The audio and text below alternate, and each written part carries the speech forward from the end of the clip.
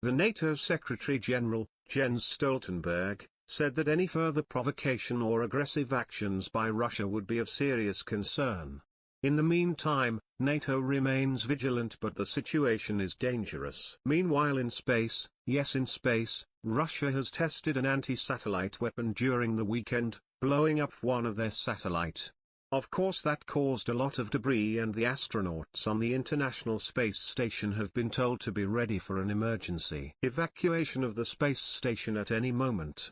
Obviously, Putin doesn't give a flying duck about anything, even if it puts his own people at risk. The Ukrainian government has finally noticed that Belarus is run by Putin's puppet and are doing everything they can to bolster defenses on their northern flank, which is bordering Belarus. France and Germany have made a joint declaration on the situation with Ukraine, saying that any attempt by Russia to undermine the unity of Ukraine will have dire consequences. The Polish Foreign Minister Zbigniew gave an interview on TV saying that the hybrid war conducted by Belarus and Russia against NATO is getting worse, and that's why a political decision was made regarding a new round of sanctions. He also said that partner countries support Poland politically and will send military support if Poland requests it.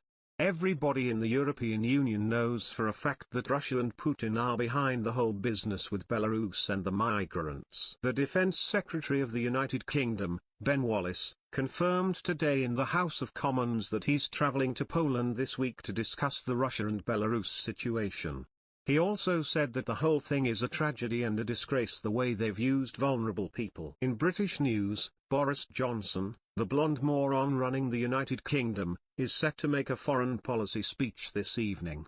Hopefully he talks about Russia and Belarus, tells them to stop their crap and gives them a big warning not to mess with NATO.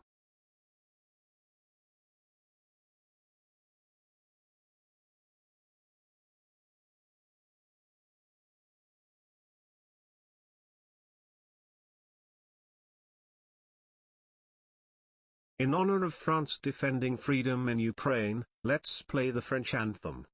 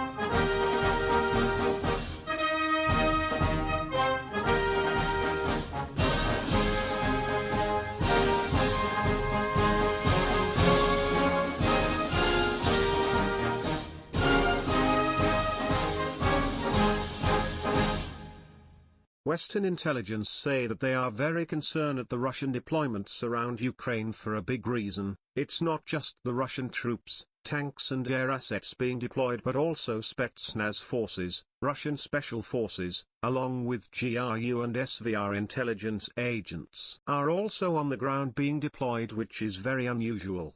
All this doesn't look at all like exercises or routine deployments. It's obviously a real threat of invasion. These were the geopolitical news for the morning of November 15, 2021.